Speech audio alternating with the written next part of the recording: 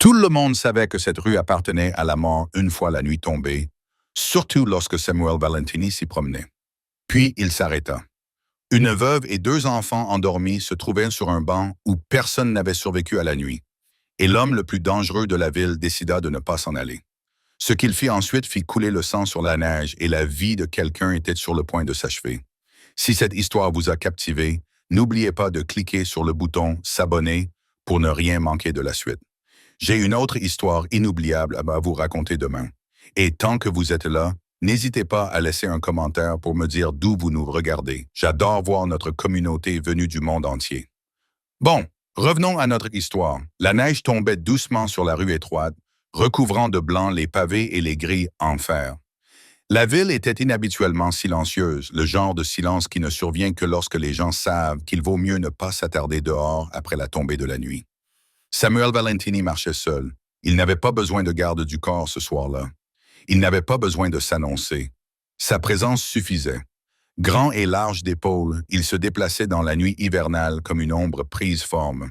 Son long manteau sombre était saupoudré de neige fraîche. Ses gants en cuir absorbaient le froid sans broncher.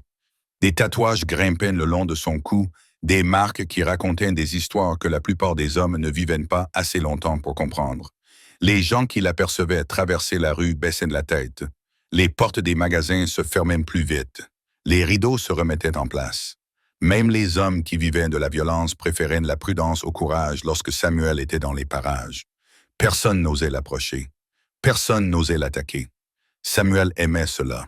Il s'était construit sa réputation avec soin au fil des ans, brique par brique, jusqu'à ce que son nom seul ait le poids d'une conséquence. Dans cette ville, nichée entre de vieux quartiers résidentiels et des zones industrielles, il y avait les lois écrites dans les tribunaux, et puis il y avait les lois écrites dans le silence et comprises dans la peur. Samuel Valentini appartenait à cette dernière catégorie. Il s'engagea dans une rue latérale bordée de hauts murs de briques et de portails en fer noir, son souffle visible dans l'air glacial. Les lampes à gaz clignotaient faiblement, projetant de longues ombres qui s'étiraient et se tordaient à chaque pas qu'il faisait. La neige absorbait les sons, plongeant le monde dans un silence inquiétant. C'était sa ville. Chaque coin de rue, chaque ruelle, chaque âme qui respirait à l'intérieur de ses limites existait parce qu'il le permettait. Mais ce soir-là, quelque chose semblait différent. Samuel ralentit le pas, ses yeux perçants scrutant la rue devant lui. Des années de survie lui avaient appris à se fier à son instinct. Et à cet instant, son instinct lui disait que quelque chose n'allait pas. Il passa devant des magasins fermés et des immeubles résidentiels aux fenêtres sombres, le regard méthodique et calculateur. Puis il le vit, un banc et dessus, des gens. Samuel s'arrêta net. Dans son monde, les gens qui dormaient dans la rue la nuit ne se réveillaient pas pareil, voire ne se réveillaient pas du tout. Le froid seul pouvait tuer, mais le froid était rarement la pire chose qui attendait dans l'obscurité. Il s'approcha, ses pas délibérés mais silencieux.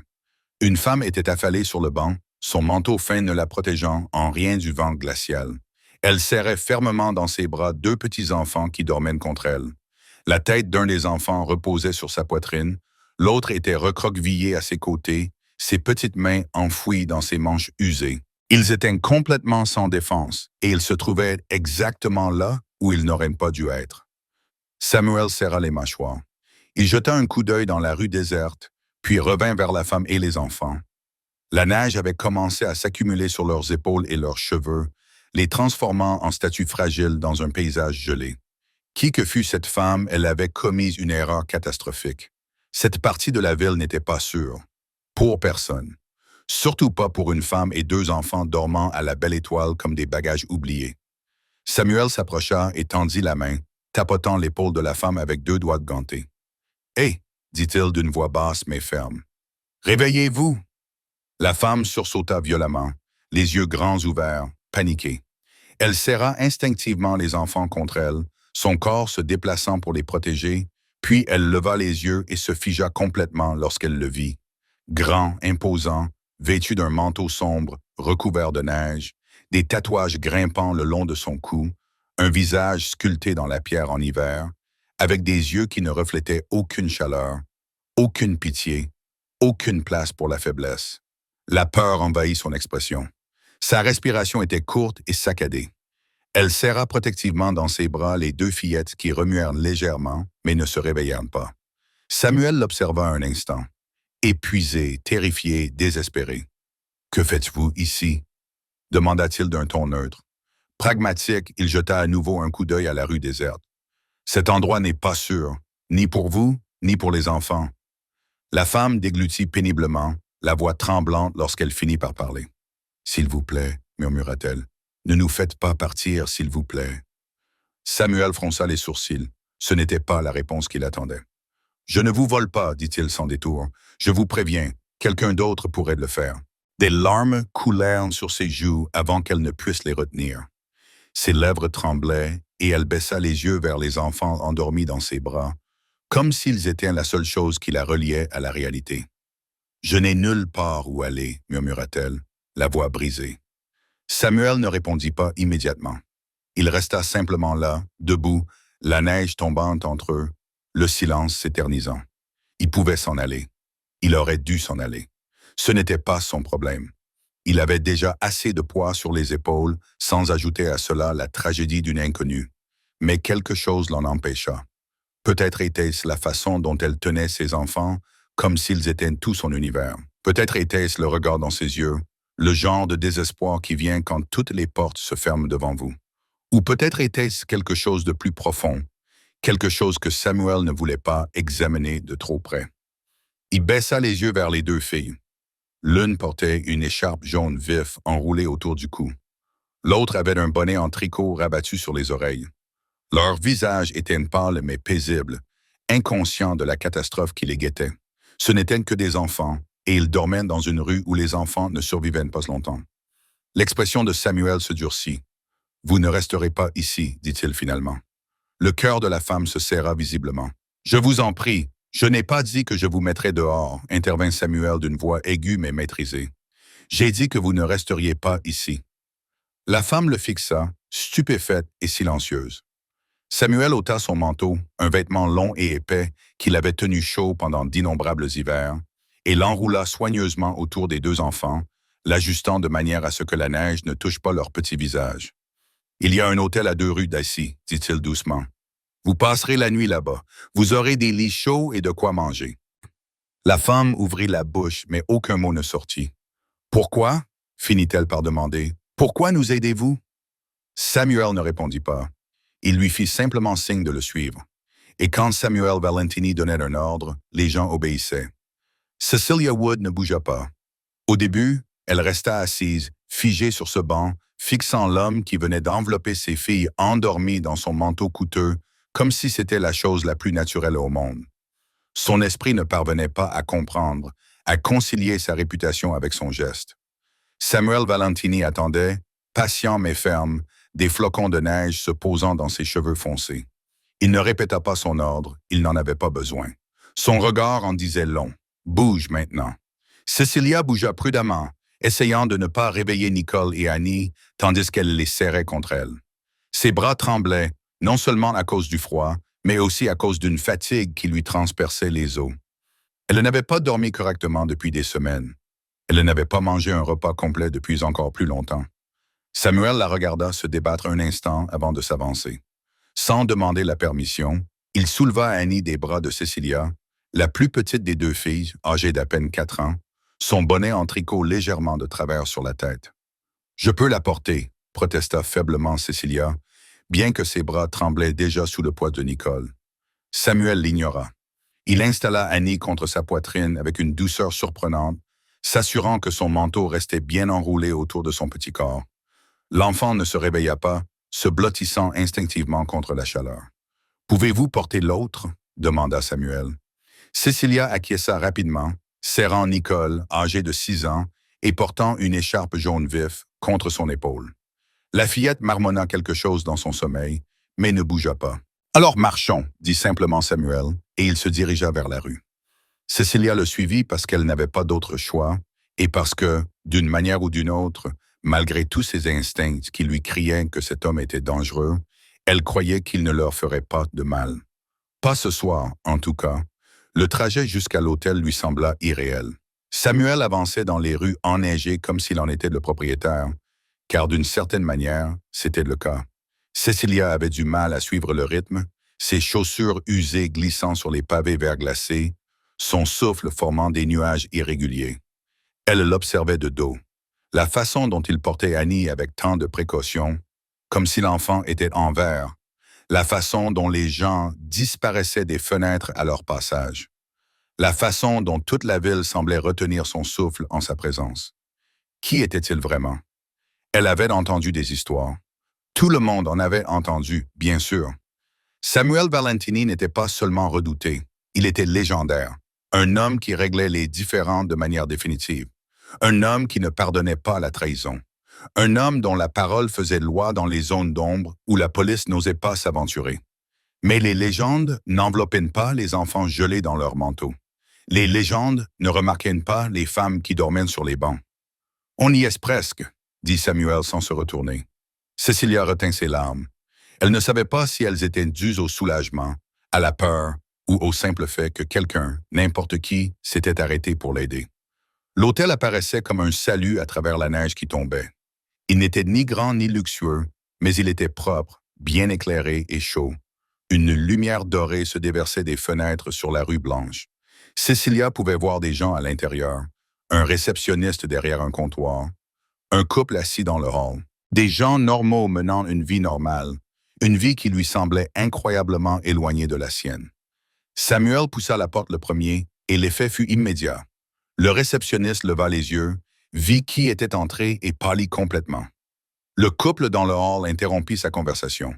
Une femme qui portait des bagages vers les escaliers se figea sur les marches. Personne ne parlait. Samuel se dirigea directement vers la réception, toujours avec Annie dans les bras. Le réceptionniste, un homme mince d'une 50aine d'années, portant des lunettes à monture métallique, se leva si rapidement que sa chaise racla bruyamment le sol. « Monsieur Valentini ?» balbutia le réceptionniste. « Nous ne vous attendions pas. »« J'ai besoin d'une chambre, » dit Samuel calmement. Sa voix n'était pas forte, mais elle avait un poids qui fit paraître le hall tout entier plus petit. 2 lits, une chambre propre et chaleureuse, un repas servi dans l'heure. Bien sûr, les mains du réceptionniste tremblèrent lorsqu'il sortit le registre. « Combien de nuits? »« Autant qu'il le faudra, » l'interrompit Samuel en désignant Cecilia, qui se tenait près de la porte, serrant Nicole dans ses bras, complètement déplacée dans ce décor. Les yeux du réceptionniste s'écarquillèrent légèrement, mais il ne posa aucune question. « Tout de suite, monsieur. Chambre 3-4, 3e étage, la meilleure que nous ayons. » Samuel prit la clé sans un mot et se dirigea vers les escaliers. Cecilia le suivit, sentant le poids de chaque marche dans ce hall. Elle savait ce qu'il pensait. Elle savait de quoi cela avait l'air. Elle était débraillée et désespérée, suivant un homme comme Samuel Valentini dans une chambre d'hôtel. Elle s'en moquait. Ses filles seraient au chaud cette nuit. C'était tout ce qui comptait. La chambre 304 était simple mais propre. 2 lits avec des couvertures épaisses, une petite salle de bain, un radiateur qui sifflait doucement, diffusant une chaleur bienfaisante dans la pièce, de lourds rideaux qui bloquaient la nuit. Samuel déposa Annie délicatement sur le lit le plus proche, arrangeant son manteau autour d'elle comme une couverture. L'enfant soupira dans son sommeil, déjà plus au chaud. Cecilia coucha Nicole à côté de sa sœur, puis resta là, mal à l'aise, ne sachant pas quoi faire de ses mains. Samuel se dirigea vers le radiateur et le régla plus haut. Puis il vérifia la serrure de la fenêtre, la salle de bain, la porte. « La nourriture arrivera bientôt, » dit-il sans la regarder. « Laissez-les dormir. Dormez vous aussi. » Cecilia ouvrit la bouche puis la referma. 1000 questions se bousculaient sur sa langue, mais une seule parvint à sortir. « Pourquoi faites-vous cela? » Samuel la regarda enfin directement. Ses yeux étaient sombres, indéchiffrables, assombris par des choses que Cecilia ne pouvait même pas imaginer. « Parce que ce sont des enfants, » répondit-il simplement, « et les enfants ne survivent pas sur ce banc. Mais vous ne nous connaissez pas, vous ne nous devez rien. »« Non, » admit Samuel, « je ne vous dois rien. » Il se dirigea vers la porte et la panique envahit Cecilia. « Attendez, » commença-t-elle. Samuel s'arrêta, une main sur la poignée de la porte. « Vous reviendrez ?» La question lui semblait pathétique, même à ses propres oreilles, mais elle avait besoin de savoir, besoin de comprendre si c'était réel ou juste un répit temporaire avant que le monde ne les écrase à nouveau. Samuel l'étudia longuement. Puis il acquiesça une fois. Demain matin, nous parlerons. De quoi? Son expression se durcit, devint plus froide, plus dangereuse. De la personne qui t'a mise sur ce banc, dit Samuel doucement. Et que leur arrivera-t-il ensuite? Puis il disparut. La porte se referma derrière lui. Cecilia resta seule dans la pièce chauffée, écoutant ses filles respirer paisiblement pour la première fois depuis des semaines. Et malgré tout, malgré la peur, l'incertitude, l'impossibilité de tout cela, elle le crut. Samuel Valentini reviendrait, et quelqu'un allait payer. Le matin arriva trop vite. Cecilia se réveilla sous les rayons du soleil qui filtraient à travers les lourds rideaux et une sensation de chaleur inhabituelle. Pendant un moment, elle ne sut pas où elle était. Puis elle vit Nicole et Annie dormir paisiblement dans le lit à côté du sien, toujours enveloppés dans le manteau de Samuel Valentini, et tout lui revint en mémoire. Le banc, la neige, l'homme qui n'aurait pas dû l'aider, mais qui l'avait fait. Elle s'assit lentement, le corps endolori par des semaines passées à dormir dans des positions impossibles. Un plateau était posé sur la petite table près de la fenêtre, avec de la nourriture comme Samuel l'avait promis. Du pain, du beurre, de la confiture, du thé chaud dans une théière en céramique. Des choses simples qui lui semblaient luxueuses. Les mains de Cecilia tremblaient tandis qu'elle se servait du thé. La tasse était chaude contre ses paumes et elle la tenait comme une bouée de sauvetage. Un coup à la porte la fit sursauter. Elle posa la tasse et se dirigea silencieusement vers la porte, y appuyant d'abord son oreille. « C'est moi », dit la voix de Samuel de l'autre côté. L'eau, sans aucun doute. Cecilia ouvrit la porte. Samuel se tenait dans le couloir, vêtu d'un autre manteau. Celui-ci était gris anthracite, tout aussi cher. Ses cheveux étaient humides, comme s'il venait de prendre une douche, et il avait exactement l'air de ce qu'il était. Un homme qui contrôlait tout ce qui l'entourait avec une efficacité impitoyable. « Elles dorment encore ?» demanda-t-il en désignant les lits d'un signe de tête. « Oui », murmura Cecilia. « Bien, viens dans le couloir, nous devons parler. » Ce n'était pas une demande. Cecilia jeta un coup d'œil à ses filles, puis sortit dans le couloir, refermant presque la porte derrière elle, mais la laissant entr'ouverte afin de pouvoir les entendre si elles se réveillaient. Samuel s'appuya contre le mur opposé, les bras croisés, l'observant de ses yeux sombres et calculateurs. « Comment vous appelez-vous » demanda-t-il. « Cecilia.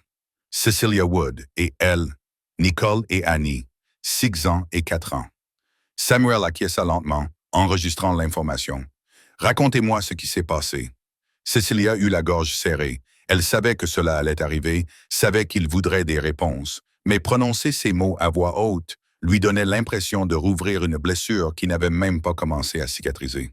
« Mon mari est mort », commença-t-elle d'une voix à peine plus forte qu'un murmure. « Il y a 4 mois, dans un accident de voiture. C'était un homme bon. Il travaillait dur. Nous avions une petite maison. Rien d'extraordinaire, mais c'était la nôtre. » Samuel écouta sans l'interrompre. Après sa mort, je n'avais plus les moyens de la garder. Cecilia poursuivit. L'hypothèque, les factures, tout s'est effondré si vite. Le frère de mon mari, Thomas, a proposé de nous aider. Il a dit que nous pouvions rester chez lui jusqu'à ce que je me remette sur pied. Elle tordit nerveusement ses mains. Je pensais qu'il était gentil. La famille, vous savez. Mais j'avais tort. Qu'a-t-il fait? La voix de Samuel était calme, mais elle avait désormais un ton sec. Les yeux de Cecilia se remplirent de larmes. Il nous détestait. Dès le premier jour, il regardait mes filles comme si elles étaient un fardeau, de la vermine. Il nous laissait à peine manger. Il nous faisait rester dans une petite pièce au sous-sol. Il me disait que je ne valais rien, que mon mari avait été idiot de m'épouser. Une larme coula sur sa joue. Elle l'essuya rapidement.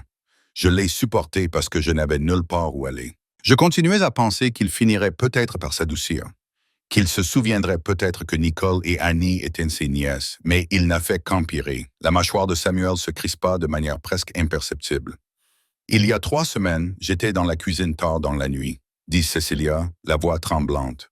Thomas était dans la pièce d'à côté avec quelques-uns de ses amis. Ils buvaient, riaient, et je les entendais parler. Elle ferma les yeux, le souvenir la transperçant comme du verre brisé. Ils planifiaient un cambriolage. Thomas leur expliquait. Il a dit qu'il y aurait des complications. C'est comme ça qu'il nous appelait, des complications. Il a dit que si quelque chose de malheureux nous arrivait pendant le cambriolage, si nous étions blessés, si nous mourions, alors tout ce que mon mari avait laissé lui reviendrait légalement. Le couloir sembla soudainement plus froid. Il prévoyait de te tuer, déclara Samuel d'un ton neutre. Oui, la voix de Cecilia se brisa complètement. Il allait mettre en scène un cambriolage, faire croire à un accident, et nous disparaîtrions. L'expression de Samuel ne changea pas, mais quelque chose bougea dans ses yeux. Quelque chose de dangereux. Qu'as-tu fait? J'ai emballé le peu que nous avions cette nuit-là, dit Cecilia. J'ai attendu que Thomas s'endorme, ivre, puis j'ai pris mes filles et je me suis enfui. Sans argent, sans plan. J'ai juste couru. Elle baissa les yeux vers ses chaussures usées, envahies par la honte. J'ai marché pendant des heures. Je ne savais pas où aller. J'avais trop peur d'aller voir la police. Thomas a des relations là-bas, des amis dans la police qui lui doivent des faveurs. Je ne pouvais pas prendre ce risque. Alors j'ai continué à marcher jusqu'à ce que je n'en puisse plus. Et tu t'es retrouvé sur ce banc, conclut Samuel. Cecilia acquiesça. Je me suis assise juste pour me reposer, juste une minute. Je pleurais en essayant de trouver quoi faire ensuite. Puis elle fit un geste d'impuissance. Je ne me souviens même pas m'être endormi. Quand je me suis réveillé, vous étiez là. Un silence s'installa entre eux. Samuel se détacha du mur et se redressa de toute sa hauteur. Il regarda au bout du couloir, puis se tourna vers Cecilia. « Ce frère, dit-il doucement. Thomas, où habite-t-il? » La peur envahit Cecilia. « Pourquoi? Parce que quelqu'un doit lui expliquer ce qui arrive quand on menace des enfants, dit Samuel d'une voix dénuée d'émotion. Et ce quelqu'un, ce sera moi. Non, s'il te plaît, je ne veux pas d'ennui. Tu as déjà assez d'ennui, l'interrompit Samuel d'un ton sec. Je ne fais que mettre fin à tout ça. Il a des amis, des gens dangereux. Si tu l'affrontes, Samuel rit froidement, sans humour. Cecilia, regarde-moi, elle le fit. Ai-je l'air de m'inquiéter pour Thomas et ses amis? Non. Il avait l'air d'un homme qui avait affronté pire et s'en était sorti sans une égratignure. J'ai besoin de son adresse, dit Samuel, et j'ai besoin que tu restes ici avec tes filles. Verrouille la porte. Ne pars pas. Ne réponds à personne d'autre que moi. Qu'est-ce que tu vas faire? Les yeux de Samuel devinrent vides, dépourvus de toute émotion sauf celle de la détermination. Je vais m'assurer qu'il ne fasse plus jamais de mal à personne, dit-il simplement. Surtout pas à toi. Surtout pas à elle. Il fit un signe de tête vers la chambre où Nicole et Annie dormaient encore paisiblement, inconscientes que leur vie était sur le point de changer à jamais. Cecilia le fixa, partagée entre la terreur et l'espoir. Puis, lentement, elle lui donna l'adresse. Samuel partit sans un mot. Cecilia resta dans le couloir longtemps après que ses pas se furent évanouis, le cœur battant à tout rompre. Elle venait d'envoyer un homme dangereux affronter un autre homme dangereux, et elle n'avait aucune idée des conséquences que cela aurait. Mais lorsqu'elle retourna dans la chambre et vit ses filles commencer à s'agiter, vit la petite main d'Annie tendue vers sa mère, même dans son sommeil, Cecilia sut qu'elle avait fait le bon choix. Il fallait brûler certains ponts. Il fallait affronter certains monstres. Et si Samuel Valentini était prêt à être le feu, alors elle le laisserait brûler. Nicole se réveilla la première, clignant lentement des yeux dans cette chambre inconnue. Ses yeux, ceux de son père, sombres et pensifs, embrassèrent les murs propres, le radiateur chaud, le plateau du petit déjeuner. « Maman, dit-elle d'une petite voix confuse. « Je suis là, ma chérie. » Cecilia s'assit sur le bord du lit et écarta les cheveux du visage de Nicole. « Nous sommes en sécurité maintenant. »« Où sommes-nous? » »« Dans un hôtel. Un homme gentil nous a aidés. » Annie remua, puis bâilla largement et s'assit. Elle regarda autour d'elle avec la résilience que seuls les petits-enfants possèdent. Elle acceptait déjà cette nouvelle réalité sans poser de questions. « J'ai faim, annonça-t-elle. Cecilia rit. Elle rit vraiment pour la première fois depuis des semaines. « Il y a à manger. Allez. » Elle aida les deux filles à se rendre à table et les regarda manger avec une intensité qui lui brisait le cœur. Elles étaient si maigres, si pâles. À quand remontait la dernière fois où elle les avait vues manger sans crainte? Sans le regard haineux de Thomas, qui surveillait chaque bouchée, Nicole mangeait lentement, méthodiquement, comme si elle avait peur que la nourriture disparaisse. Annie dévorait son pain et sa confiture, laissant des traces de doigts collantes partout. « Où est le manteau de cet homme? » demanda soudain Nicole en regardant autour d'elle. Cecilia se rendit compte que le manteau de Samuel était toujours posé sur le lit. Elle le prit, en sentant le poids et la qualité du tissu. Cher, bien fait, le genre de choses que les hommes du monde de Thomas ne pourraient jamais s'offrir. On va le lui rendre, dit Cecilia. Il va revenir? La question de Nicole était prudente, mesurée. Oui. Est-ce qu'il va revenir? Va-t-il nous faire du mal? Cette question brisa quelque chose dans le cœur de Cecilia. Que sa fille de 6 ans ait à poser de telles questions. Que la peur soit devenue leur compagne permanente. Non, ma chérie. Non, il nous aide. Pourquoi? Cecilia n'avait pas de réponse à cette question. Elle-même ne comprenait pas. Les heures passaient lentement. Cecilia essayait d'occuper les filles. Mais il n'y avait ni jouets, ni livres, rien d'autre que les 4 murs et elle-même. Elle leur racontait des histoires, leur chantait des chansons dont elle se souvenait de son enfance, inventait des jeux avec les quelques objets qui se trouvaient dans la pièce. Mais son esprit revenait sans cesse à Samuel. Que faisait-il en ce moment? Avait-il trouvé Thomas? Y avait-il eu de la violence? Du sang? Cette pensée aurait dû la terrifier. Au lieu de cela, elle lui procura une sombre satisfaction qu'elle ne voulait pas examiner de trop près. La lumière de l'après-midi déclinait lorsqu'on frappa à nouveau à la porte. Cecilia retint son souffle. Elle s'approcha prudemment de la porte, y collant d'abord son oreille. « C'est moi, Samuel. » Elle ouvrit rapidement la porte. Il se tenait là, exactement comme il était ce matin-là, calme, maître de lui, pas un cheveu de travers. Mais Cecilia remarqua ses jointures. Elles étaient légèrement rougies, comme s'il avait frappé quelque chose ou quelqu'un. « Je peux entrer ?» demanda-t-il. Cecilia s'écarta. Samuel entra et sa présence sembla remplir la petite pièce. Nicole et Annie l'observaient depuis le lit, les yeux écarquillés et curieux. Il les regarda, puis regarda Cecilia. « Il faut qu'on parle, dit-il doucement. Seule, Cecilia jeta un coup d'œil à ses filles. « Les filles, restez ici. Je serai juste à côté. Tout va bien, maman? » La voix de Nicole tremblait. « Oui, ma chérie, tout va bien. » Dans le couloir, Cecilia ferma la porte et se tourna vers Samuel. Ses mains tremblaient. « Que s'est-il passé? » murmura-t-elle. Samuel fouilla dans son manteau et en sortit un dossier. « Du papier ordinaire, rien de remarquable. Ton beau-frère ne sera plus un problème, dit-il simplement. Il est... » Cecilia ne parvint pas à finir sa question. « En vie? » Oui, le ton de Samuel était neutre.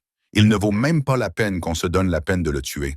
Honnêtement, Cecilia était partagée entre le soulagement et la déception. « Et alors? J'ai eu une conversation avec lui, » l'interrompit Samuel. Une conversation très claire et très détaillée sur ce qui arrive aux hommes qui menacent les femmes et les enfants pour obtenir leur héritage. Il lui tendit le dossier. « Qu'est-ce que c'est? »« Ouvre-le. » Les mains de Cecilia tremblaient lorsqu'elle ouvrit le dossier. À l'intérieur se trouvaient des documents juridiques, des actes, des relevés bancaires, tous à son nom. « Je ne comprends pas. »« Tout ce que votre mari a laissé vous revient désormais légalement, » expliqua Samuel. « La maison, les comptes, la police d'assurance vie dont Thomas vous avait convaincu qu'elle n'existait pas. Tout. » Les jambes de Cecilia faillirent se dérober sous elle. Elle s'appuya contre le mur, fixant les papiers avec incrédulité. « Comment? Comment l'avez-vous convaincu? » « Je lui ai clairement expliqué la situation, » répondit Samuel. « Et je lui ai expliqué ce qui se passerait s'il ne signait pas. Les hommes comme Thomas sont des lâches.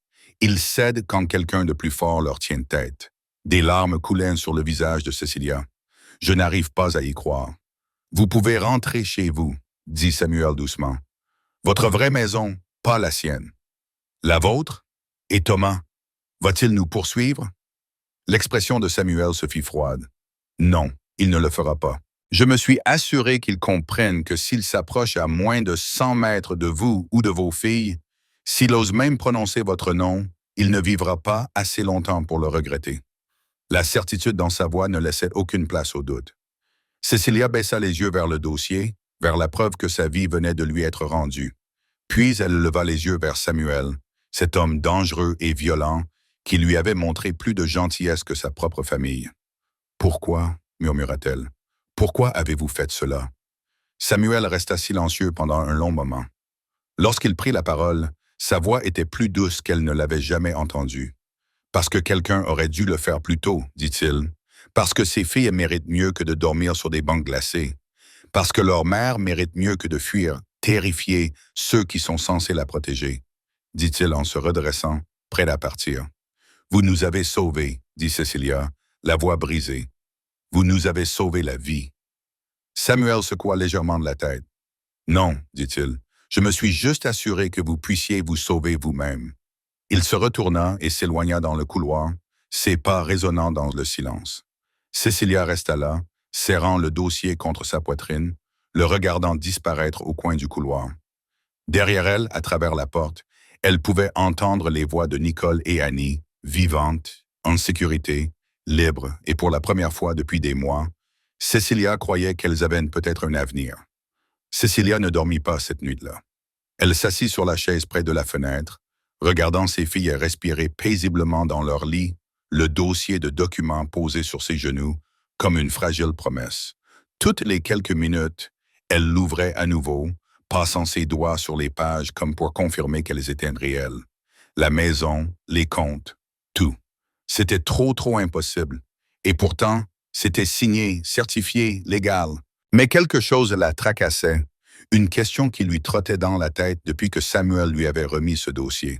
Qu'avait-il fait pour que Thomas signe? Elle avait vu les jointures de Samuel, vu la froide certitude dans ses yeux lorsqu'il avait promis que Thomas ne poserait pas de problème. Les hommes comme Samuel ne négociaient pas uniquement avec des mots. Alors que l'aube se levait sur la ville, peignant les rues enneigées de nuances dorées et grises, Cecilia prit une décision. Elle avait besoin de savoir. Samuel revint à 9 heures, ponctuel comme une horloge. Cette fois, Cecilia était prête. Elle avait nourri les filles, les avait habillées avec les seuls vêtements qu'elles avaient et s'était préparée pour la conversation qu'elle savait nécessaire. Lorsqu'il frappa à la porte, elle ouvrit immédiatement. « Nous devons parler, dit-elle avant qu'il n'ait le temps de dire quoi que ce soit. » Samuel haussa légèrement les sourcils. « Ce que tu as fait, que va-t-il se passer maintenant? » Elle jeta un coup d'œil à Nicole et à Annie, qui dessinaient sur du papier à lettres de l'hôtel avec un stylo que la réception leur avait envoyé. « S'il te plaît. » Samuel l'observa un instant, puis acquiesça. Dans le couloir, il se tenait au même endroit que la veille, mais tout semblait différent à présent. Le rapport de force avait changé d'une manière ou d'une autre. Cecilia n'était plus la femme désespérée assise sur le banc. Elle était une mère qui protégeait ses enfants, et elle avait besoin de réponses. « Qu'avez-vous fait à Thomas? » demanda-t-elle directement. L'expression de Samuel resta inchangée. « Je vous l'ai dit. Nous avons eu une conversation. Ne me traitez pas avec condescendance. » La voix de Cecilia était ferme malgré le tremblement sous-jacent. « J'ai vu vos mains. Je sais que les hommes comme vous ne se contentent pas d'avoir des conversations. Qu'est-ce que tu lui as fait? » Une lueur, peut-être du respect, passa dans les yeux de Samuel. « Tu veux vraiment savoir? » « Oui. » Samuel s'adossa contre le mur, les bras croisés. « Je suis allé chez lui. Je suis entré par la porte principale. Il ne la verrouille pas pendant la journée. Quel connard arrogant. Il était dans son salon avec 2 de ses amis, les mêmes amis qui étaient censés l'aider à mettre en scène le cambriolage. Cecilia serra les poings. Ils m'ont immédiatement reconnu, a poursuivi Samuel d'un ton conversationnel, et ont commencé à chercher des armes qu'ils n'avaient pas à portée de main. Je leur ai dit de s'asseoir. Ils se sont assis, puis j'ai expliqué à Thomas exactement ce que je savais de son plan, de toi et des filles, de l'héritage. La voix de Samuel est devenue plus froide. Je lui ai expliqué que tenter d'assassiner une veuve et ses enfants pour de l'argent était le genre de choses qui envoyait les hommes dans des tombes anonymes. Cecilia a retenu son souffle. « Je lui ai donné le choix, » dit Samuel. « Signer tous les documents pour te tout céder légalement et définitivement, ou je m'assurerai qu'il disparaisse si complètement que même ses amis ne se souviendraient plus de son nom. Lui as-tu fait du mal? » Le silence de Samuel était une réponse suffisante. Il a essayé de discuter, il a finalement dit qu'il essayait de prétendre que tu mentais. Il a essayé de jouer la victime. Je lui ai donc rappelé ce qui arrive aux menteurs dans ma ville. Comment les yeux de Samuel ont croisé les siens. Je lui ai cassé 2 doigts lentement et je lui ai expliqué que s'il ne signait pas, je continuerais avec ses 2 mains, puis je passerais à des parties du corps plus importantes. Cecilia aurait dû être horrifiée, aurait dû ressentir du dégoût, de la peur, une indignation morale. Au lieu de cela, elle a ressenti du soulagement. « Il a signé après le 2e doigt, » a ajouté Samuel. Il a pleuré comme un enfant pendant qu'il le faisait. Ses amis ont regardé sans rien dire. Ils savent qu'il vaut mieux ne pas s'immiscer dans mes affaires. Et eux? Les amis les ont prévenus. Je leur ai dit que si jamais quelqu'un vous faisait du mal à vous ou à vos filles, je supposerais qu'ils étaient impliqués et j'agirais en conséquence. L'expression de Samuel était impassible. Ils ne poseront pas de problème. Cecilia a réfléchi à tout cela, son esprit analysant les implications et les conséquences. Donc vous l'avez torturé, a-t-elle dit doucement. Je l'ai motivé, corrigea Samuel. Il y a une différence. Et s'il te dénonce, s'il va voir la police. Le rire de Samuel était sec et sans humour. Avec quelle preuve? 2 doigts cassés après être tombés dans les escaliers? De toute façon, les hommes comme Thomas ne vont pas voir la police. Ils savent ce qui arrive aux mouchards dans cette ville. Il se redressa, sa grande taille soudain imposante. Mais ce n'est pas pour ça que tu voulais me parler. N'est-ce que pas? Demanda-t-il. Tu voulais savoir si je suis dangereux, si tu devrais avoir peur de moi. Cecilia soutint son regard. Es-tu dangereux? Oui. Sans hésitation, sans réserve. Devrais-je avoir peur de toi? Non. La voix de Samuel s'adoucit de manière presque imperceptible. Pas toi. Pas eux. Jamais eux. Pourquoi pas?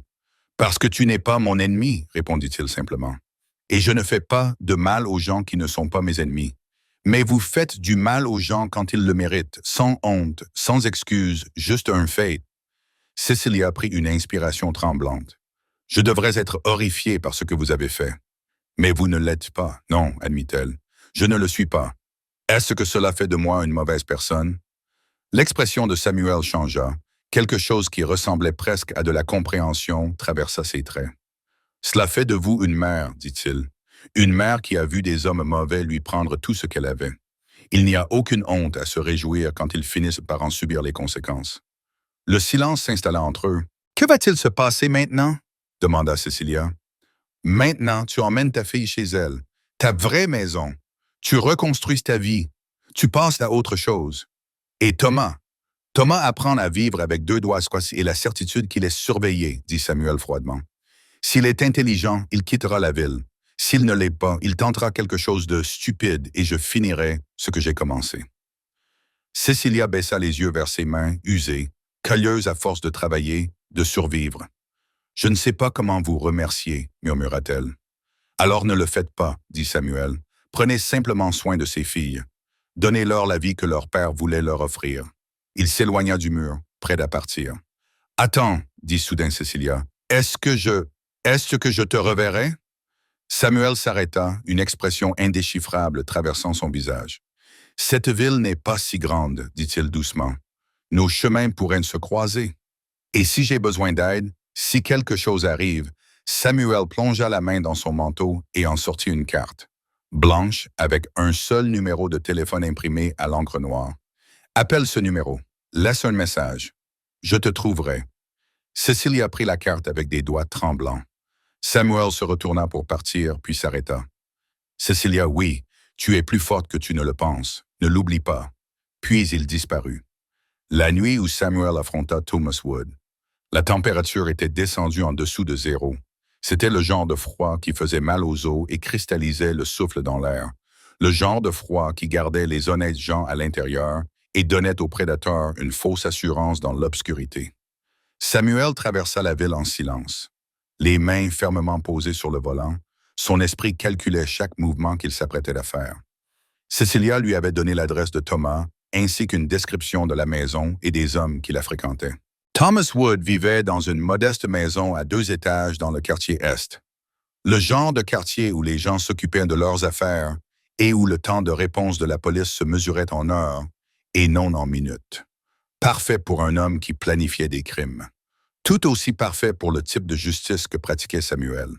Il se gara 3 maisons plus loin et fit le reste du trajet à pied. La maison était plongée dans l'obscurité, à l'exception de la lumière qui s'échappait des fenêtres à l'avant.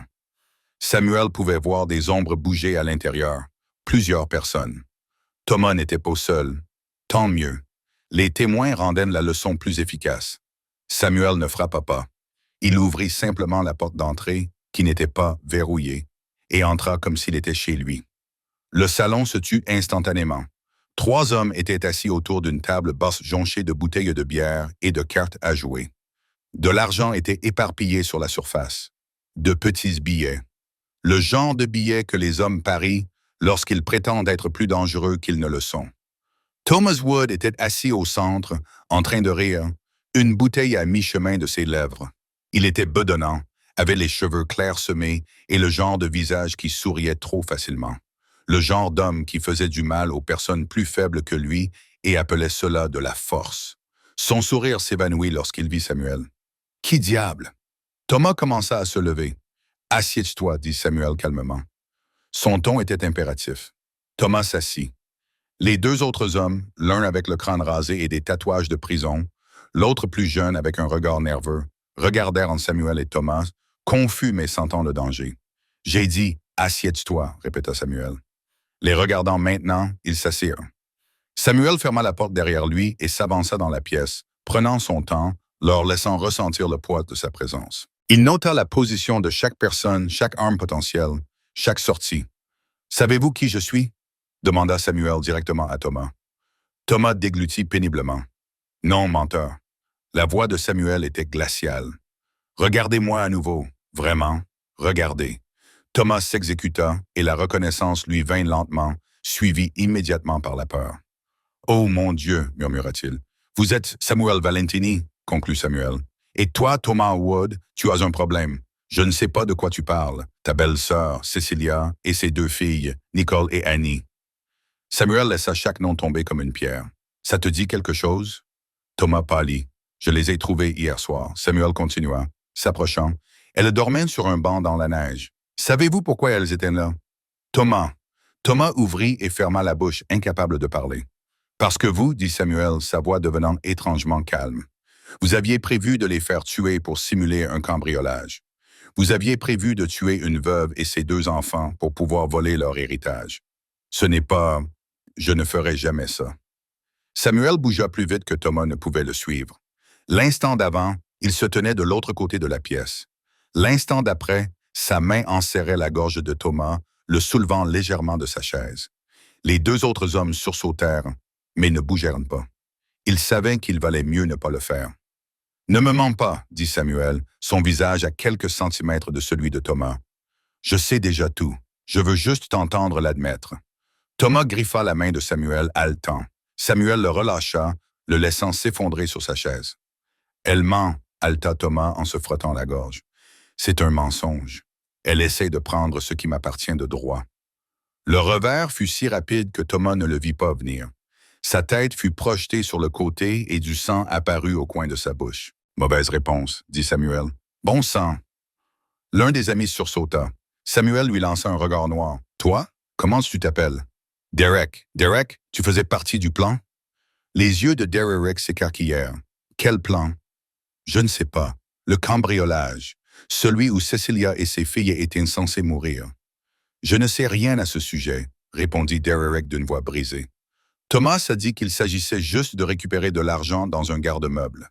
« Il t'a menti, » dit Samuel d'un ton neutre. « Il prévoyait un cambriolage, et tu allais l'aider à assassiner une femme et 2 petites filles. »« Non, non, je te jure que je ne savais pas. » Samuel le crut. Sa peur était trop sincère. Il se tourna vers l'autre homme. « Et toi? Je suis juste là pour jouer aux cartes, mec. Je ne sais rien de rien. » Samuel l'observa un instant, puis hocha la tête. « Partez tous les 2 maintenant. Ils n'auront pas besoin qu'on le leur répète. » Derek et l'autre homme se précipitèrent vers la porte et disparurent en quelques secondes. Samuel se retourna vers Thomas, qui était plaqué contre le dossier de sa chaise, du sang coulant de sa lèvre. « Maintenant, il n'y a plus que nous, » dit Samuel doucement, « et nous allons avoir une conversation très claire sur les conséquences. S'il te plaît, » commença Thomas. « Où sont les documents? » l'interrompit Samuel. « Ceux qui prouvent que Cecilia est propriétaire de la maison, des comptes, de tout ce que son mari a laissé derrière lui. Je ne les ai pas. » Samuel attrapa la main droite de Thomas et lui plia l'index vers l'arrière, sans le casser, juste en appuyant dessus. Thomas hurla. « Je te le demande une dernière fois, » dit Samuel. « Où sont les documents? »« À l'étage, dans la chambre, dans le coffre-fort. » Samuel relâcha le doigt. La combinaison donna Thomas en sanglotant. « Bien. Maintenant, tu vas tout signer pour que Cecilia redevienne légalement propriétaire de façon permanente et tu vas le faire sans discuter. C'est mon argent. Mon frère était un idiot qui s'est marié. Samuel cassa le doigt. Le craquement fut audible. Le cri de Thomas résonna dans toute la maison. Ton frère, dit Samuel calmement, en tenant fermement la main de Thomas, qui se tordait de douleur, était un homme meilleur que tu ne le seras jamais. Et ses filles valent plus que toute ta lignée. Il lâcha la main de Thomas et sortit son téléphone, ayant déjà pris rendez-vous avec un notaire qui savait qu'il valait mieux ne pas poser de questions. Voici ce qui va se passer, continua Samuel. Tu vas signer. Tu vas tout transférer, puis tu vas disparaître de leur vie pour toujours. Et si je ne le fais pas, allaita Thomas à travers ses larmes de douleur. Samuel sourit d'un sourire froid et terrible. Alors je te casserai tous les doigts, puis les poignets, puis je passerai aux genoux.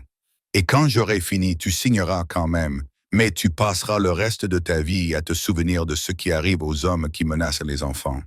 Il se pencha vers lui. Choisis judicieusement, Thomas. C'est la seule pitié que tu obtiendras. Thomas choisit la survie. En moins de 2 heures, tous les documents étaient signés, tous les actifs transférés, toutes les créances abandonnées. Et lorsque Samuel quitta enfin cette maison, Thomas Woods était assis, brisé et en sanglots, dans son fauteuil, comprenant pour la première fois de sa vie à quoi ressemblait le véritable pouvoir. 3 jours après l'arrivée de Samuel chez Thomas, Cecilia se tenait devant la maison qu'elle pensait avoir perdue à jamais. C'était une petite maison, modeste à tous égards, avec un revêtement bleu pâle et des volets blancs qui avaient besoin d'être repeints. Un petit porche avec 2 marches, une boîte aux lettres légèrement inclinée vers la gauche, un jardin qui avait poussé à l'état sauvage pendant son absence, mais c'était la sienne. Nicole et Annie se tenaient de chaque côté d'elle, chacune lui tenant une main. Elle regardait la maison avec de grands yeux, s'en souvenant à peine. Tant de choses avaient changé, tant de choses leur avaient été enlevées, et maintenant, contre toute attente, tout leur était rendu. « C'est vraiment notre maison, maman ?» demanda Nicole à voix basse. « Oui, ma chérie, » murmura Cecilia, les larmes coulant déjà sur son visage. « C'est vraiment la nôtre. » Elle sortit la clé de sa poche, celle que Samuel avait mise dans le dossier avec tous les documents. Ses mains tremblaient, tandis qu'elle montait les marches du porche et l'insérait dans la serrure. La porte s'ouvrit. À l'intérieur, tout était exactement comme elle l'avait laissé 4 mois auparavant. La poussière recouvrait les meubles. L'air était vicié. Les photos de famille étaient toujours accrochées au mur. Le sourire de son mari figé dans le temps. À jamais jeune, à jamais vivant dans ces instants capturés. Annie courut immédiatement à l'intérieur, ses petits pas résonnant dans les pièces vides. « Ma chambre est toujours là, maman. Ma chambre est toujours là. » Nicole avançait plus lentement, touchant les objets avec précaution, comme si elle avait peur qu'ils disparaissent. Cecilia se tenait dans l'embrasure de la porte, submergée par les souvenirs, le chagrin et un espoir impossible. Son mari était mort dans cette maison. Son dernier matin, sa dernière tasse de café, son dernier baiser d'adieu avant l'accident qui l'avait emporté. Mais ses filles étaient aussi nées ici. Leurs premiers pas sur ce sol, les fêtes d'anniversaire, les matins de Noël, les rires et l'amour, et tous ces petits moments qui ont construit une vie. C'était leur maison, et Samuel Valentini la lui avait rendue. Le lendemain matin, Cecilia se rendit à la banque. Elle apporta tous les documents que Samuel lui avait fournis, les mains tremblantes, et les présenta à la directrice de la banque, une femme d'âge mûr nommée Patricia, qui avait connu son mari. Patricia écarquilla les yeux en examinant les papiers. « Cecilia, voici. Sont-ils légitimes? » « Oui, tout a été notarié et traité légalement. » Patricia leva les yeux perplexe. « Mais Thomas a dit que vous abandonneriez la propriété. Il est venu le mois dernier pour réclamer les comptes. »« Thomas a menti, » dit Cecilia fermement. « C'est ma maison. Ce sont mes comptes. Mon mari les a laissés à moi et à nos filles. » Patricia examina à nouveau les documents, puis acquiesça lentement. « Tout semble en ordre. Je vais devoir traiter cela. » Mais elle sourit. « Bienvenue chez vous, Cecilia. » À la fin de la journée, tous les comptes étaient à nouveau à son nom. La police d'assurance vie que son mari avait souscrite, celle dont Thomas l'avait convaincu qu'elle n'existait pas, fut confirmée et allait commencer à verser des prestations mensuelles. Ce n'était pas une fortune, mais c'était suffisant. Suffisant pour nourrir ses filles, suffisant pour payer l'électricité, suffisant pour reconstruire. Ce soir-là, Cecilia prépara le dîner dans sa propre cuisine pour la première fois depuis des mois. Juste des pâtes simples avec du beurre et des légumes achetés au marché du coin. Mais Nicole et Annie mangèrent comme si c'était un festin, assises à leur propre table, dans leur propre maison, sans crainte. « Maman, demanda Nicole entre deux bouchées, est-ce que oncle Thomas va revenir? » La question a glacé Cecilia. « Non, ma chérie, il ne reviendra pas. »« Comment tu le sais? » Cecilia a pensé à Samuel, à sa froide certitude, à la promesse dans ses yeux, parce que quelqu'un s'était assuré qu'il comprenne qu'il n'était plus le bienvenu ici.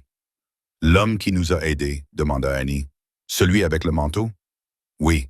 Il va revenir? » La voix de Nicole était faible. « Attention, je ne sais pas, admit Cecilia. J'espère qu'il reviendra, dit Annie d'un ton neutre. Je veux le remercier, acquiesça Nicole. Cecilia eut la gorge serrée. Ses filles, qui avaient appris à craindre les adultes, à s'attendre à de la cruauté plutôt qu'à de la gentillesse, voulaient remercier l'homme le plus dangereux que Cecilia ait jamais rencontré. Parce que pour elle, Samuel n'était pas dangereux. C'était la personne qui les avait enveloppés dans son manteau, qui avait porté Annie lorsque les bras de Cecilia avaient lâché, qui leur avait rendu leur maison et leur avenir. 2 jours plus tard, Cecilia était dans le jardin en train d'arracher des mauvaises herbes lorsqu'une voiture noire s'est arrêtée devant le trottoir. Son cœur bondit. Samuel sortit du côté conducteur, vêtu d'un pantalon sombre et d'un pull gris anthracite. Aussi calme et maître de lui que d'habitude, il ferma la portière et remonta l'allée, les yeux balayant la maison, le jardin. « Elle, votre maison, dit-il. Ce n'était pas une question. »« Oui. » Cecilia se leva, s'essuyant les mains. « Grâce à vous, dit Samuel en jetant un coup d'œil à la maison. »« Tout va bien? »« Pas de problème. Tout est parfait. La banque s'est occupée de tout. Les comptes sont actifs. Elle chercha ses mots. « Je ne sais pas comment vous remercier. »« Ce n'est pas nécessaire, Samuel. »« Monsieur Valentini. » La voix d'Annie retentit depuis la porte d'entrée. Elle descendit les marches en courant. Nicole la suivait plus prudemment. L'expression de Samuel s'adoucit, remplaçant sa dureté habituelle, tandis qu'Annie s'arrêtait devant lui, le regardant avec une confiance absolue. « Nous voulions vous dire merci, annonça Annie, pour nous avoir aidés et pour votre manteau. Il était très chaud. » Nicole s'avança et tendit le manteau de Samuel, soigneusement plié. « Nous voulions vous le rendre. » Samuel prit le manteau, ses yeux passant d'une fille à l'autre. Pendant un instant, il sembla ne pas trouver ses mots. « De rien, dit-il finalement, d'une voix plus douce que Cecilia ne l'avait jamais entendue. « Tu reviendras nous rendre visite? » demanda Annie. « Annie, commença Cecilia. « Peut-être, répondit Samuel, les surprenant tous. Il regarda Cecilia. « Si ta mère est d'accord. » 3 paires d'yeux se tournèrent vers Cecilia. Elle repensa à tout ce que Samuel avait fait. La violence, les doigts cassés, les menaces. Elle repensa à Thomas, qui avait souri tout en planifiant le meurtre de ses enfants. Elle repensa au banc, à la neige, au moment où elle avait cru qu'elle ne survivrait pas à la nuit. Et elle repensa au manteau de Samuel qui enveloppait ses filles, à sa promesse de tout arranger, à son refus d'accepter des remerciements pour avoir fait ce qu'il estimait être tout simplement juste. « Vous êtes les bienvenus ici, » dit Cecilia doucement. « Quand vous voulez. » Quelque chose brilla dans les yeux de Samuel, de la gratitude peut-être, ou de la surprise que quelqu'un l'invite volontiers chez lui. « Je m'en souviendrai, dit-il. » Il fit un signe de tête aux filles, puis se retourna vers sa voiture. Samuel l'appela Cecilia. Il s'arrêta. « Vous nous avez sauvés. Vous nous avez sauvé la vie. Je veux que vous le sachiez. » Samuel la regarda, elle, la maison, les 2 petites filles qui le regardaient avec des visages ouverts et une confiance sans réserve. « Non, dit-il doucement. Je me suis juste assuré que vous ayez la chance de vous sauver vous-même. » Puis il monta dans sa voiture et partit. Cecilia resta dans son jardin, avec ses filles à ses côtés, regardant la voiture disparaître. Pour la première fois depuis des mois, elle croyait que demain pourrait réellement arriver. Le cercle restreint de Samuel se réunissait dans l'arrière-salle d'un restaurant qui n'existait pas officiellement. Le bâtiment n'avait ni enseigne, ni numéro de téléphone, ni permis déposé auprès de la ville. C'était simplement un endroit où des hommes comme Samuel menaient leurs affaires à l'abri des regards curieux et des appareils d'enregistrement. Ce soir-là, 5 hommes étaient assis autour d'une table en bois abîmé, la fumée de cigares coûteux s'élevant vers le plafond. C'étaient les lieutenants de confiance de Samuel, des hommes qui avaient bâti leur réputation sur la loyauté et la violence à part égale, et ils étaient inquiets. « Tu t'es introduit dans la maison de Thomas Woods, dit Constantin, un homme aux larges épaules avec une cicatrice qui lui barrait le visage de l'œil à la mâchoire. Pour une femme que tu ne connais pas à cause d'un conflit familial. » Samuel se servit un whisky sans se presser.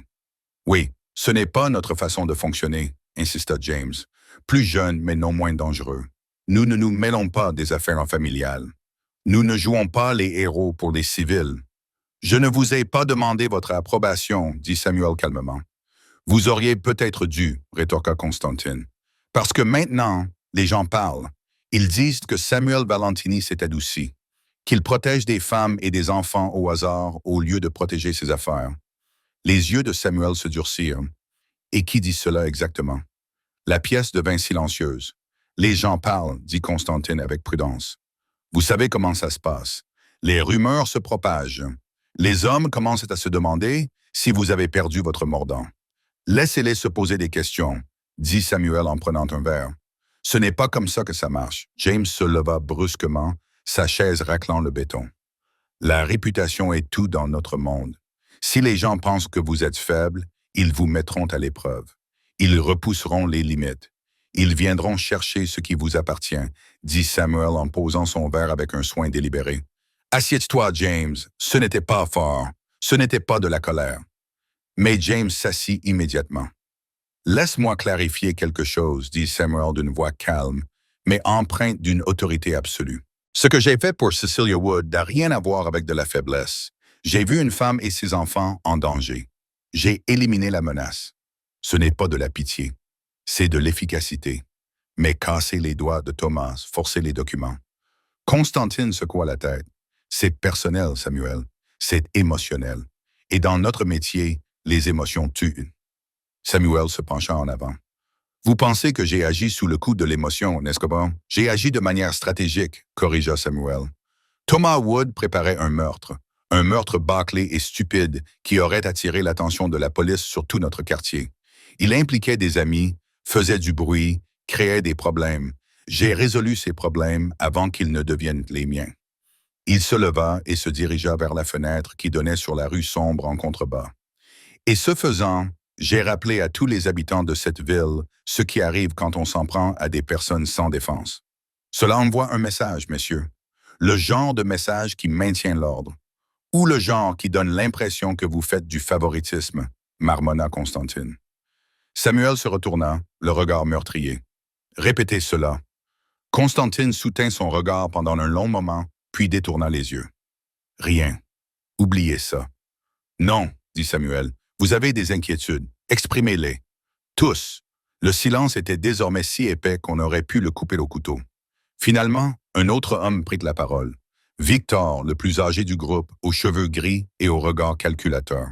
Il pense que vous êtes distrait, que vous consacrez du temps et des ressources à des choses qui ne nous rapportent rien. Voilà leur inquiétude. Et partagez-vous cette inquiétude, Victor?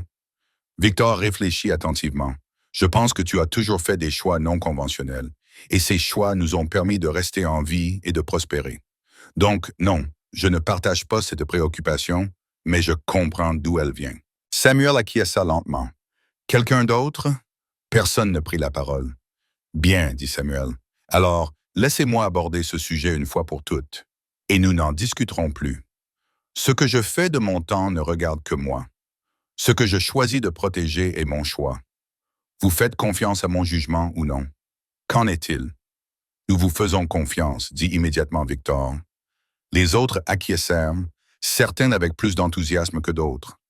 Alors faites-moi confiance, je sais ce que je fais, dit Samuel. Et croyez-moi, ceux qui pensent que je me suis adouci sont les bienvenus pour tester cette théorie personnellement, ajouta-t-il en laissant planer le doute. Maintenant, continua Samuel en retournant à la table, nous avons des affaires à discuter. La cargaison du port, le conflit territorial dans le sud, des choses qui comptent vraiment. La réunion s'orienta vers la logistique et la stratégie, mais Samuel remarqua les regards insistants de Constantine et la mâchoire crispée de James. Son choix aurait des conséquences, il y en avait toujours, mais Samuel avait appris depuis longtemps que ceux qui remettaient en question ses décisions ne faisaient généralement pas long feu et que ceux qui restaient apprenaient à se fier à son instinct. Pendant ce temps, de l'autre côté de la ville, Cecilia réapprenait à vivre. Elle avait passé la journée à nettoyer, à récurer les sols, à laver les vitres, à faire en sorte que la maison ressemble à un foyer plutôt qu'à un musée du deuil. Nicole et Annie l'avaient aidée, leur rire remplissant des pièces qui étaient restées silencieuses trop longtemps. Mais alors que la nuit tombait et qu'elle bordait les filles dans leur lit, Cecilia sentit le poids de tout cela s'abattre sur ses épaules. Elles étaient en sécurité. Elles avaient un foyer. Elles avaient assez d'argent pour survivre. Mais Thomas était toujours là, brisé, humilié, mais vivant. Et Cecilia en savait assez sur les hommes comme lui pour savoir que l'humiliation engendrait la vengeance. Elle s'assit dans son salon, fixant la carte que Samuel lui avait donnée, une simple carte blanche avec un seul numéro de téléphone. Appelez ce numéro. Laissez un message. Je vous trouverai. Devait-elle appeler? Lui faire part de ses craintes, lui demander davantage d'aide. Non, elle lui avait déjà trop demandé, mais la peur persistait, lui nouant l'estomac comme une créature vivante. Thomas Woods était assis dans sa maison, plongé dans l'obscurité, la main droite enveloppée d'un bandage rudimentaire, les deux doigts cassés lui lançant à chaque battement de cœur. Il avait essayé d'aller à l'hôpital, mais les questions l'avaient effrayé. Comment cela s'était-il produit? Devait-il appeler la police? Pas la police. Jamais la police. Pas après ce que Samuel lui avait expliqué qu'il se passerait si Thomas impliquait les autorités. Il avait donc remis ses doigts lui-même mal et maintenant ils étaient tordus. Un rappel permanent de son erreur. Mais la douleur physique n'était rien comparé à la rage. Tout avait disparu. La maison, les comptes, l'argent qu'il s'était convaincu de mériter. Tout avait été pris par une femme qui aurait dû lui être reconnaissante de l'avoir laissé vivre dans sa maison. Emporté parce qu'un voyou de la mafia avait décidé de jouer les héros. Thomas se servit un autre verre. Sa main gauche tremblait. Il devrait quitter la ville. Il devrait disparaître avant que Samuel ne décide que des doigts cassés ne suffisaient pas. Mais partir signifiait admettre sa défaite. Cela signifiait accepter qu'il avait été battu par la veuve sans valeur de son frère décédé et par le criminel qui la protégeait. Thomas but et l'alcool alimenta sa colère au lieu de l'atténuer. Samuel Valentini se croyait intouchable. Il pensait que sa réputation le rendait invincible, mais tout le monde avait des faiblesses. Tout le monde faisait des erreurs. Et Thomas était assez patient pour attendre que Samuel fasse la sienne. Samuel roulait dans les rues de la ville, repassant dans son esprit la conversation de la soirée. Les inquiétudes de Constantine n'étaient pas entièrement infondées. Dans leur monde, la perception comptait. Montrez une faiblesse et les prédateurs vous encerclent. Montrez trop d'humanité et vos rivaux y voient une opportunité. Mais Samuel avait bâti son empire sur son imprévisibilité, sur des choix que les autres n'auraient pas faits, sur la compréhension que le véritable pouvoir ne venait pas seulement de la crainte, mais de la crainte et du respect. Aider Cecilia avait été la bonne chose à faire. Non pas parce que cela lui était stratégiquement profitable, même si c'était un effet secondaire pratique, mais parce que c'était tout simplement juste, et Samuel avait appris depuis longtemps que les hommes qui abandonnaient complètement leur boussole morale devenaient les monstres qu'ils prétendaient combattre. Il s'arrêta à un feu rouge et jeta un coup d'œil au coin de la rue. Un sans-abri était recroquevillé contre un immeuble, enveloppé dans des journaux. Autrefois, Samuel serait passé sans y prêter attention, voyant là une victime de plus d'une ville brutale. Aujourd'hui, il voyait Cecilia et ses filles sur ce banc. Il voyait à quel point elles avaient failli devenir une tragédie de plus dont personne ne se souviendrait. Le feu passa au vert. Samuel repartit, mais quelque chose avait changé en lui. Certains calculs avaient été définitivement modifiés. Il ne regrettait pas d'avoir aidé Cecilia, mais il comprenait désormais que chaque choix avait un prix. Et il se demanda, alors que la neige recommençait à tomber sur la ville silencieuse, s'il serait prêt à payer ce prix lorsque l'heure viendrait, que l'hiver renforcerait son emprise sur la ville, transformant les rues en rivières de neige fondue et le vent glacial en compagnon permanent. Cecilia s'installa dans une routine à la fois familière et étrange. Se réveiller, préparer le petit déjeuner, accompagner Nicole à l'école, passer la journée avec Annie, lui apprendre les lettres et les chiffres, aller chercher Nicole, préparer le dîner, lire des histoires, dormir, des choses normales, le genre de choses qu'elle considérait comme acquises avant la mort de son mari. Mais plus rien ne lui semblait vraiment normal. Chaque bruit inattendu la faisait sursauter. Chaque coup à la porte faisait battre son cœur à toute vitesse. Chaque voiture sombre, qui passait trop lentement, lui faisait se demander si Thomas avait décidé que la vengeance valait le risque. Elle n'avait pas eu de nouvelles de Samuel depuis le jour où il lui avait rendu visite. 2 semaines s'étaient écoulées dans le silence, et Cecilia se surprenait à chercher sa voiture dans sa rue plus souvent qu'elle ne voulait l'admettre. Non pas parce qu'elle avait besoin de lui, se disait-elle fermement, mais parce que sa présence était synonyme de sécurité, de certitude, la promesse que quelqu'un se tiendrait entre ses filles et les ténèbres. À présent, elle était à nouveau seule, et l'isolement lui semblait plus pesant qu'auparavant. « Maman, tu recommences, » dit Nicole un matin au petit déjeuner. « Je recommence quoi, ma chérie? Tu regardes par la fenêtre. Tu regardes toujours par la fenêtre maintenant. » Cecilia esquissa un sourire. « Je vérifie juste la météo. » Mais Nicole avait 6 ans, elle n'était pas stupide. Ses yeux sombres, qui ressemblaient tant à ceux de son père, observaient Cecilia avec une perspicacité dérangeante. « Tu as peur que l'oncle Thomas revienne? » Annie leva les yeux de son bol de céréales, soudainement alerte. Cecilia choisit ses mots avec soin. « Je fais attention, ce n'est pas la même chose qu'avoir peur. » « Monsieur Valentini a dit que l'oncle Thomas ne reviendrait pas, » affirma Annie avec une certitude absolue. « Alors, il ne reviendra pas. » La foi simple dans la voix de sa fille réchauffa et terrifia Cecilia à la fois. Annie croyait que la parole de Samuel était de loi, et peut-être que dans cette ville, c'était le cas. Mais que se passerait-il si Samuel changeait d'avis? S'il décidait que Cecilia et ses filles ne méritaient plus d'être protégées? « Finis ton petit déjeuner, » dit Cecilia doucement. « Nous devons emmener Nicole à l'école. » Samuel se tenait dans un entrepôt abandonné dans la zone industrielle de la ville, observant 2 de ses hommes régler un problème. Le problème était un dealer qui avait coupé la marchandise et empoché la différence. Ce n'était pas un crime majeur dans l'ordre des choses, mais le genre de crime qui exigeait des conséquences visibles, sinon d'autres tenteraient de faire de même. Le dealer, un jeune homme nommé Chris, qui semblait avoir à peine 20 ans, était agenouillé sur le sol en béton, le nez en sang, les mains attachées derrière le dos avec des liens en plastique. « S'il vous plaît, » Chris sanglotait, « s'il vous plaît, je vous rembourserai. Chaque centime. Je te le jure. » « Tu n'as pas chaque centime, » dit froidement Constantine en tournant autour de lui. « Tu as dépensé cet argent pour quoi? » « Ta petite amie. »« Le jeu. J'en avais besoin, j'avais des dettes. »« Tout le monde a des dettes, » l'interrompit Constantine. « Cela ne te donne pas le droit de nous voler. » Samuel observait en silence, le visage impassible. C'était son monde, le monde réel. Il n'aidait pas les veuves et les enfants, mais maintenait l'ordre par la peur et une violence calculée. Chris leva les yeux, vit Samuel et pâlit. « Monsieur Valentini, monsieur, je vous en prie, je ne voulais pas vous manquer de respect. » Samuel s'approcha lentement, ses pas résonnant dans l'espace caverneux. Il examina Chris comme un scientifique aurait examiné un spécimen intéressant. Jeune, stupide, désespéré, le genre de personne qui fait de mauvais choix et s'attend à la clémence. « Combien as-tu volé? » demanda Samuel calmement. « 15 000 en 3 mois. Et tu pensais qu'on ne s'en apercevrait pas? » Je pensais, je ne sais pas. Je n'ai pas réfléchi.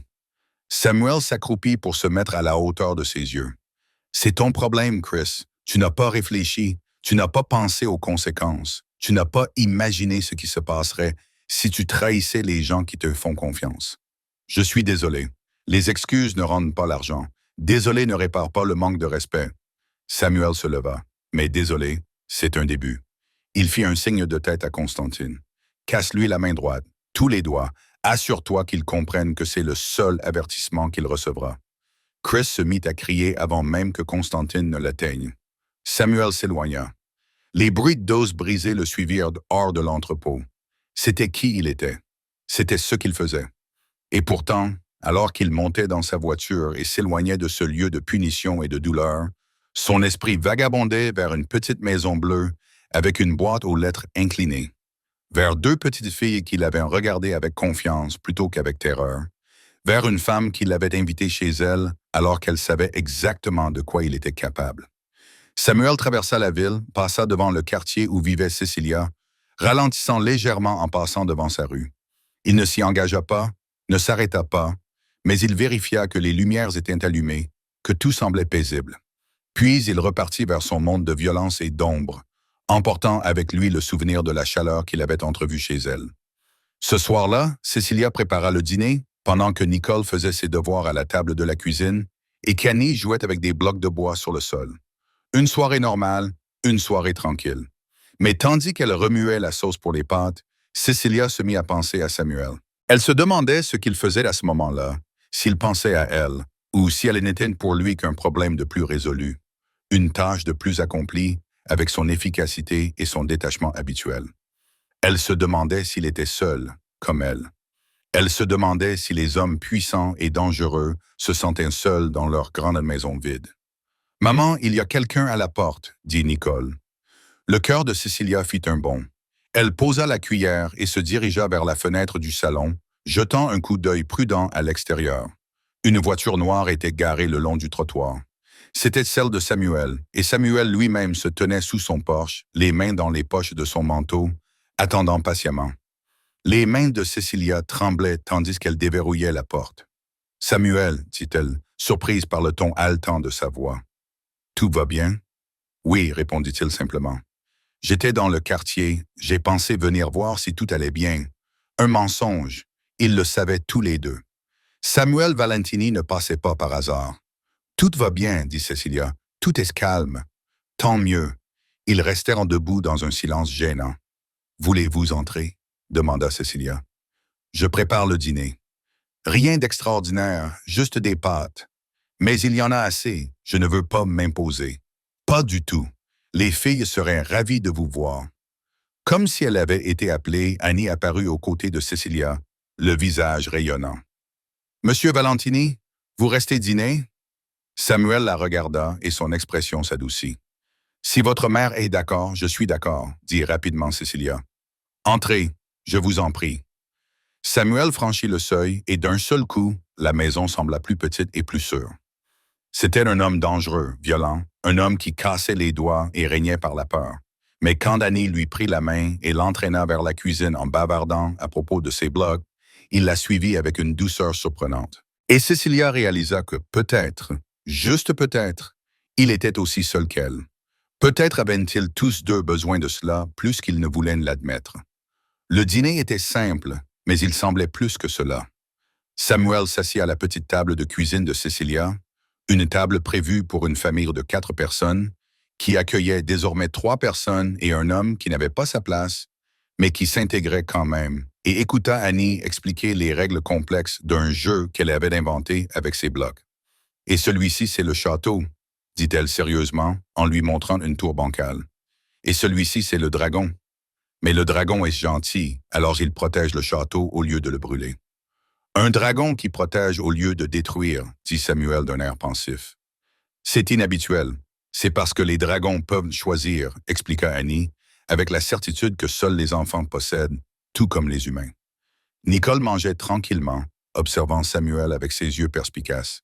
Elle était assez grande pour sentir les sous-entendus, pour comprendre que cet homme était différent de tous ceux qui s'étaient jamais assis à leur table. Cecilia servit des pâtes et de la salade, ses mains plus fermes maintenant qu'elles ne l'avaient été à la porte. La présence de Samuel semblait en quelque sorte normale, malgré toutes les raisons logiques pour lesquelles cela ne devrait pas être le cas. « C'est bon, » dit Samuel après sa première bouchée. Des mots simples, mais Cecilia entendit la sincérité qui se cachait derrière. « Merci, ce n'est rien de spécial. On accorde trop d'importance au spécial, » dit Samuel. « Parfois, la simplicité est préférable. » Ils mangèrent dans un silence confortable pendant un moment. Le genre de silence qui n'avait pas besoin d'être comblé par des mots inutiles. « Monsieur Valentini, » dit finalement Nicole d'une voix prudente, « puis-je vous poser une question? »« Bien sûr. »« Pourquoi nous avez-vous aidé? Maman a dit que vous n'étiez pas obligé de le faire, mais vous l'avez fait quand même. » Samuel posa sa fourchette, réfléchissant à la question avec le même sérieux qu'il avait accordé à adulte, parce que c'était la bonne chose à faire, dit-il finalement. « Mais vous êtes, » hésita Nicole, choisissant ses mots avec soin. « Vous n'êtes pas comme les aides à l'école, les enseignants et les conseillers qui disent aider les gens. Vous êtes différent. En quoi suis-je différent? » « Vous faites peur, » dit Nicole sans détour. « Les gens ont peur de vous. Je le vois bien. Mais tu nous as aidés quand même si tu fais peur. » Cecilia commença à intervenir. Mais Samuel leva doucement la main. Tu as raison, dit-il à Nicole. Les gens ont peur de moi. Et parfois, c'est nécessaire. Parfois, la peur permet de maintenir l'ordre. Elle empêche les méchants de faire des choses méchantes. Comme oncle Thomas, comme lui. Oui, tu lui as fait du mal.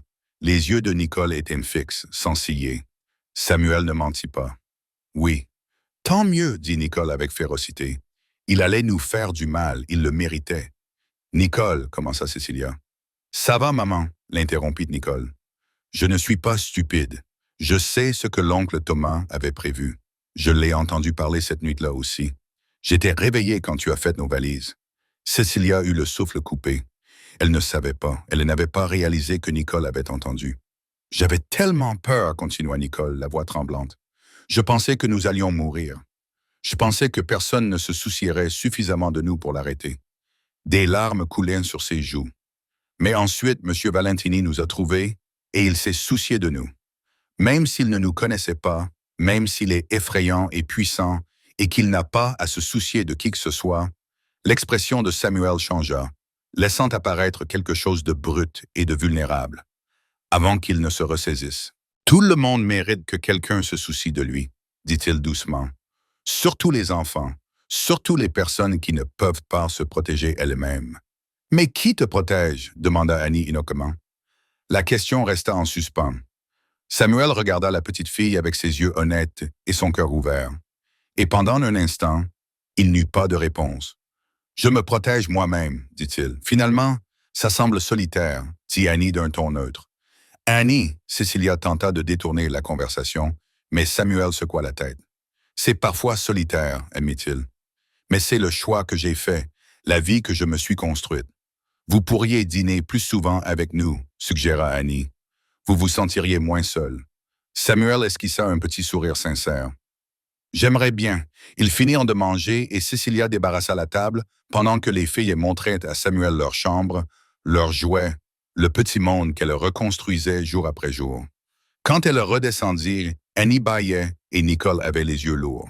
« C'est l'heure d'aller au lit, annonça Cécilia. Mais M. Valentini vient d'arriver. Annie protesta. « Je reviendrai une autre fois, promit Samuel, si ta mère est d'accord. » Trois paires d'yeux se tournèrent vers Cécilia.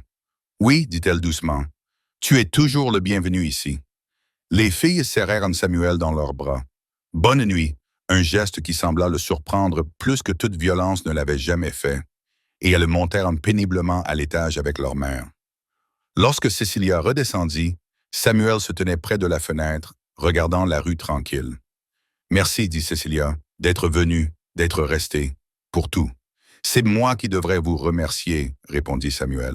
« Pour le dîner, pour m'avoir permis de faire partie de tout ça. »« De quoi? D'une vie normale, d'une famille, de choses auxquelles j'ai renoncé il y a longtemps. » Cécilia s'approcha. « Vous n'êtes pas obligé d'y renoncer. »« Vous pourriez, dit-elle, hésitante, ne sachant pas comment finir. »« Je pourrais quoi? » Samuel se tourna vers elle. « Laisser ma vie derrière moi. Devenir quelqu'un que je ne suis pas. Je ne vous demande pas de changer. Je dis simplement que tu n'as pas besoin d'être seul tout le temps. » Samuel scruta son visage, y voyant la sincérité, l'invitation à quelque chose qu'il ne s'était jamais autorisé à vouloir. « Le monde dans lequel je vis, dit-il prudemment, il ne s'accorde pas bien avec celui que tu construis pour tes filles. Tôt ou tard, ces deux mondes entreront en collision et quand cela arrivera, des gens seront blessés. »« Je sais qui tu es, Samuel, » dit Cécilia avec fermeté. « Je ne me suis jamais fait d'illusions à ce sujet, mais je sais aussi ce que tu as fait pour nous, ce que tu continues de faire simplement d'un existant, en rappelant à des gens comme Thomas que la cruauté a des conséquences. » Elle prit d'une inspiration. « Mes filles ont besoin d'hommes bons dans leur vie, des hommes qui leur montrent que la force peut être utilisée pour protéger plutôt que pour nuire. Tu l'as fait. Tu es cet homme. » Samuel resta silencieux pendant un long moment. « Je brise les gens, Cécilia.